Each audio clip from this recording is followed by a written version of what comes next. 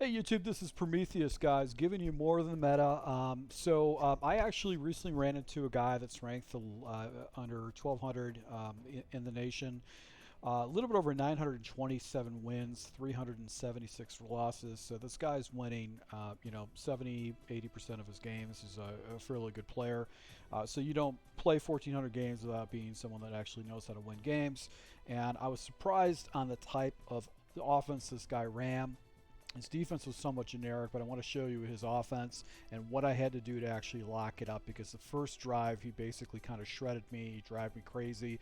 But after I figured out his simplicity of his offense, I was able to lock it up and put him in a kind of a bind.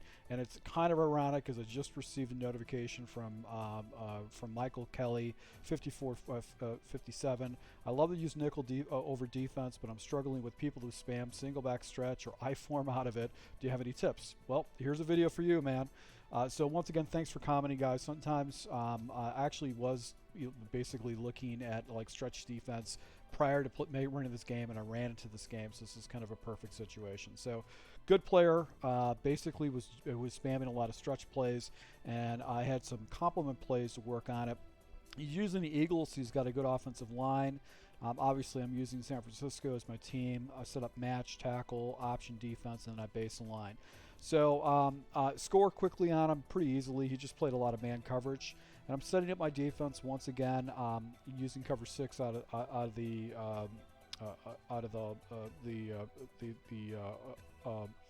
huddle, and basically setting this up. So I wanted to show you one of the things I like to do. I like to go and take my defensive line and shift it over, and I'm going to rotate my linebackers over here, because if he does do any kind of a run off to the right, I want to have leverage with these defenders. Now he'll actually abuse these guys even like this setup, but my responsibility is to come down and play in the box and shoot the gap if he tries to run up this way. Another assignment that I'll do is I'll take this backside guy, put him on a man assignment, so if he does throw over the top, I've got a man that's going to carry, and if he does do any kind of an out route or drag, I'm going to have some guys that are going to be able to carry that. So just setting up just a basic defense without seeing his scheme. You got a quarter flat out to the left.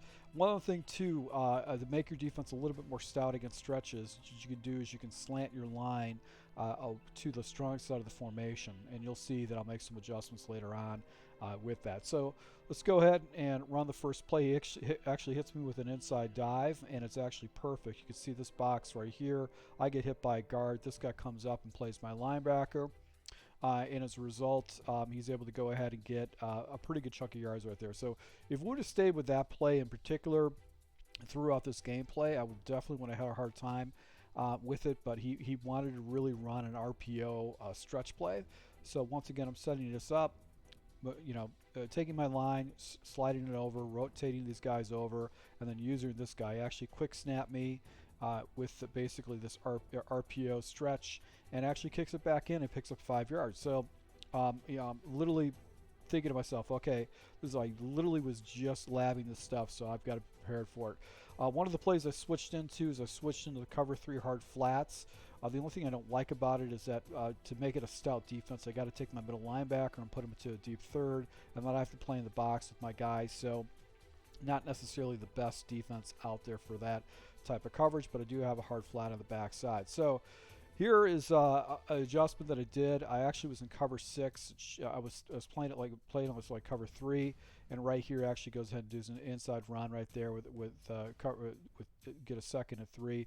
I bunch up my line once again, and I'm thinking dropping up this guy right here, with the hope that this guy's going to come down, and this guy's going to come down, and I'm going to shoot this gap or carry over to the right side. So I've got everything bunched up with the coverage, and he actually does a little inside run, and you can see my linebacker, even though he's in a deep third, he actually run commits and actually drops into lane. Now that was a huge play, because he'll come back to this a couple more times, and because I was bunching up my defensive line, that linebacker was coming in and shooting the gap on those blast plays, forcing him to get away from that. So setting up again where I'm actually going ahead and tightening up my line and bringing these guys in, but I'm rotating the linebackers over. So if he's going to get blocked out here, and then my job is to shoot the gap and slide out to the side.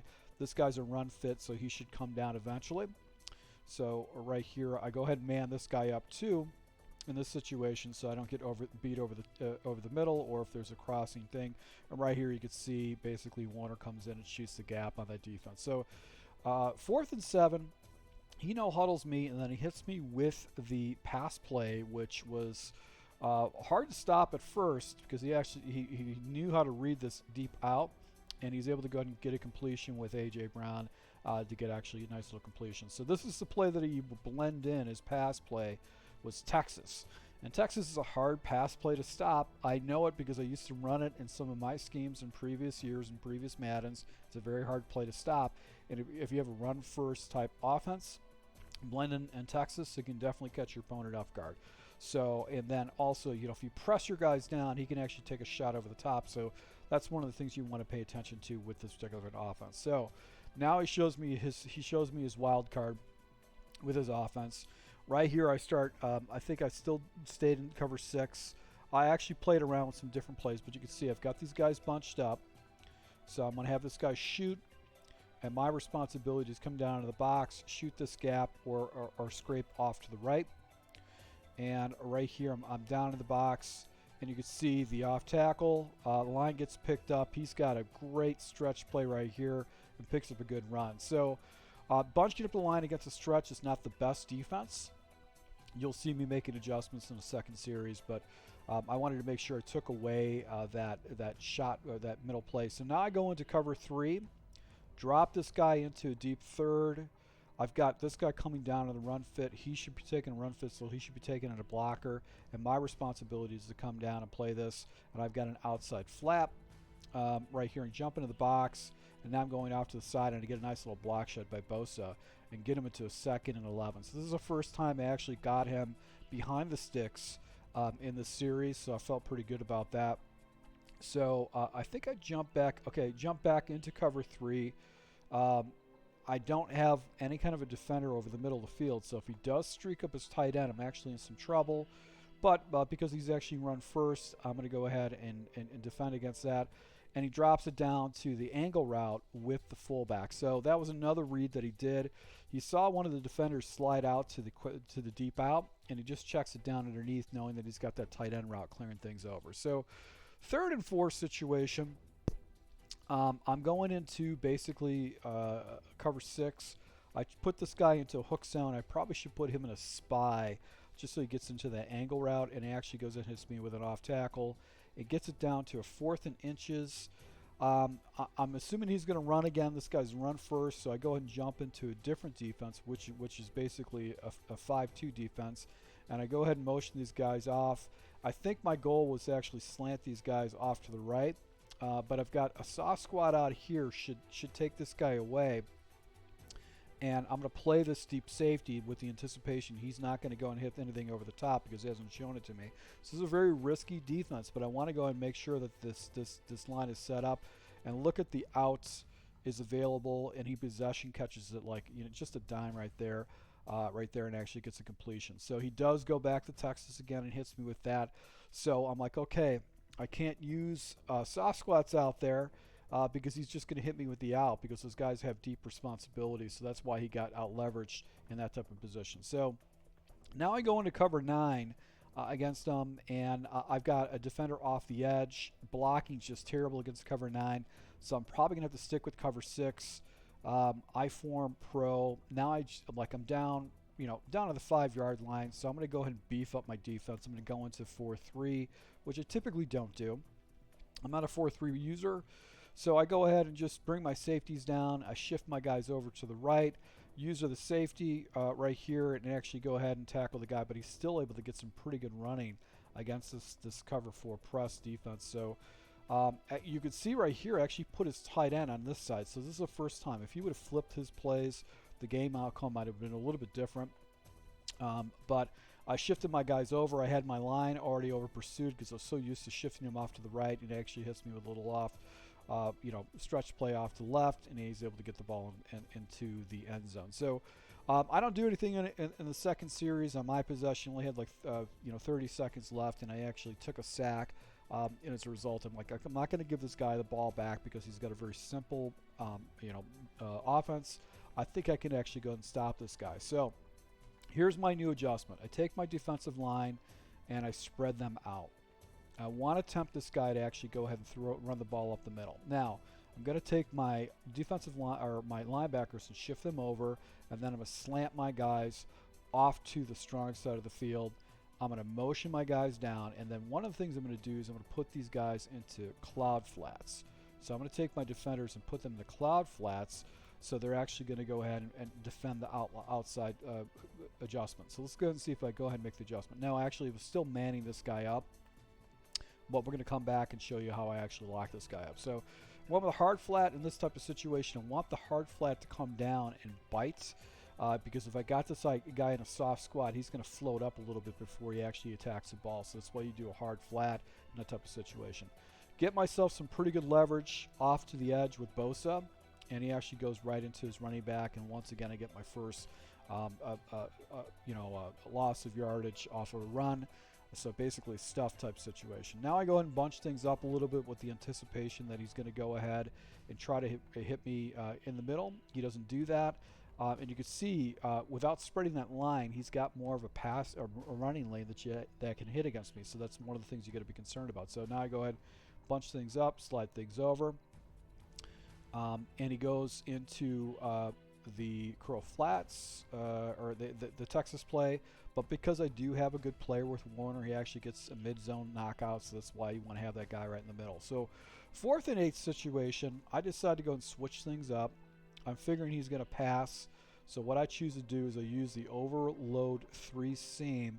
This is a really good defense, just a bad defense against this guy because you can see what's going to happen. Basically what I'm going to do is I'm going to bunch up my guys.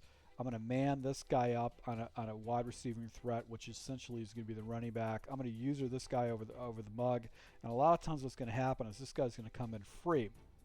My responsibility is to defend the 3rd wide receiver on this backside. So basically what I want to do is I want to defend anybody on the backside. And you see I'm actually mugging the gap right here, and I've got everything set up.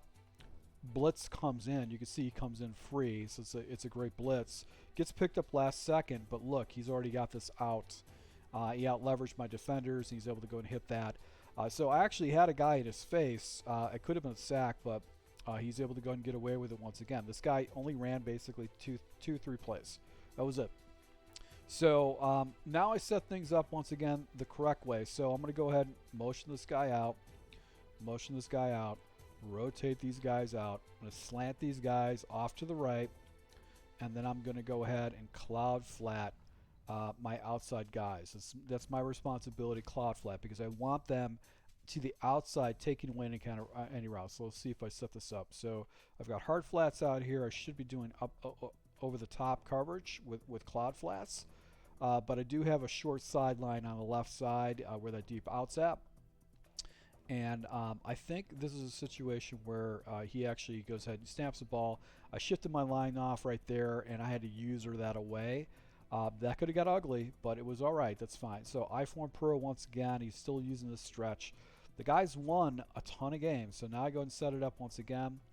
He takes, I think he takes a delay game in this situation. He gets into a 2nd and 3rd, 13 situation. So I form once again.